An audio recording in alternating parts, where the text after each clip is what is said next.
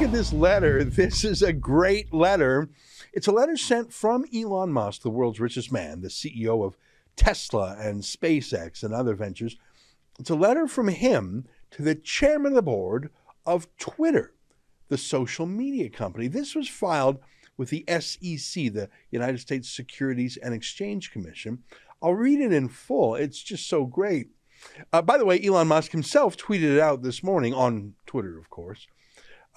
He just said, "I made an offer." And then he linked to the page. Here's the SEC disclosure page that Musk tweeted.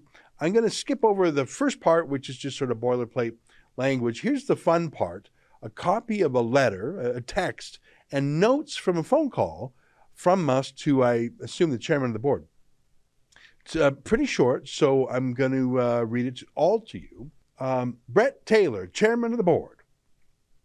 I invested in Twitter as I believe in its potential to be the platform for free speech around the globe. And I believe free speech is a societal imperative for a functioning democracy.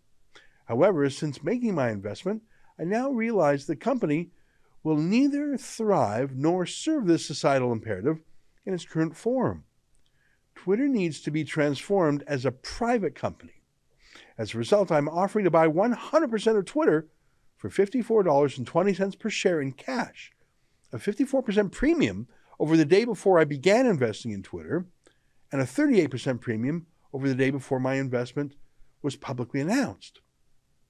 My offer is my best and final offer, and if it is not accepted, I would need to reconsider my position as a shareholder.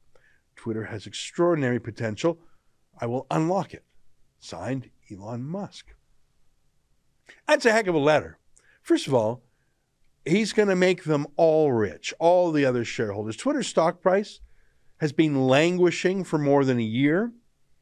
I mean, just check out this graph. It's fallen in half over the past year. It wasn't until Elon Musk bought his stake a few weeks back that it started to perk up again. As you can see, he's offering the other shareholders a big premium for them to get out of the way. And if they don't, he says he'll sell his stake that he has. What do you think dumping $3 billion worth of Twitter stock on the open market would do to the price?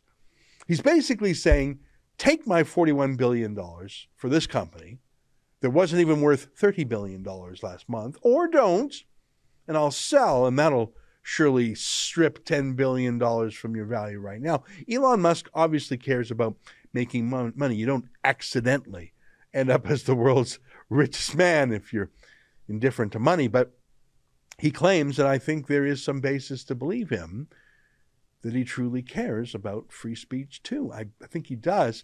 He's offering the current shareholders a high financial rate of return, and not that they'd care too much if they sold their stock, but if they ever did believe in freedom of speech, maybe they'd feel like the company was in safe hands and that they had some sort of moral rate of return too.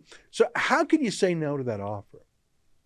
There's no lineup of people willing to buy Twitter at such a premium price. Not in the one big bite like this, and not even in a million little bites. That's what the stock market says, at least. If the company says no to Elon Musk, I don't think it would be for financial reasons. I think it would be for the other part. Not only do they not actually believe in free speech, as he says, but they believe in the opposite. They would give up billions of dollars in profit in return for the continued ability to censor everyone on Twitter. I think he's putting them to the test. How could you reject a 54% premium on a product that is in slow decline? Answer, if your investment is actually to mind control the national and international political discussion, that's why. If the censorship is actually the purpose and the point of Twitter, that's why you wouldn't do it. And I think it just might be the point. You know, Jack Dorsey, the founder of Twitter, occasionally claimed to value free speech. And he has some regrets, he says, that he has limited freedom. He says the days of Usenet, IRC, the web, even email, pretty good privacy was amazing. Centralizing discovery and identity into corporations really damaged the internet. I realize I'm partially to blame and I regret it. I bet Jack Dorsey supports Elon Musk's move. You know, just a weird little vignette. This morning I tweeted out Elon Musk's letter to the board, this SEC thing I'm showing you now. And who liked my tweet other than Tim Dorsey, Jack Dorsey's dad?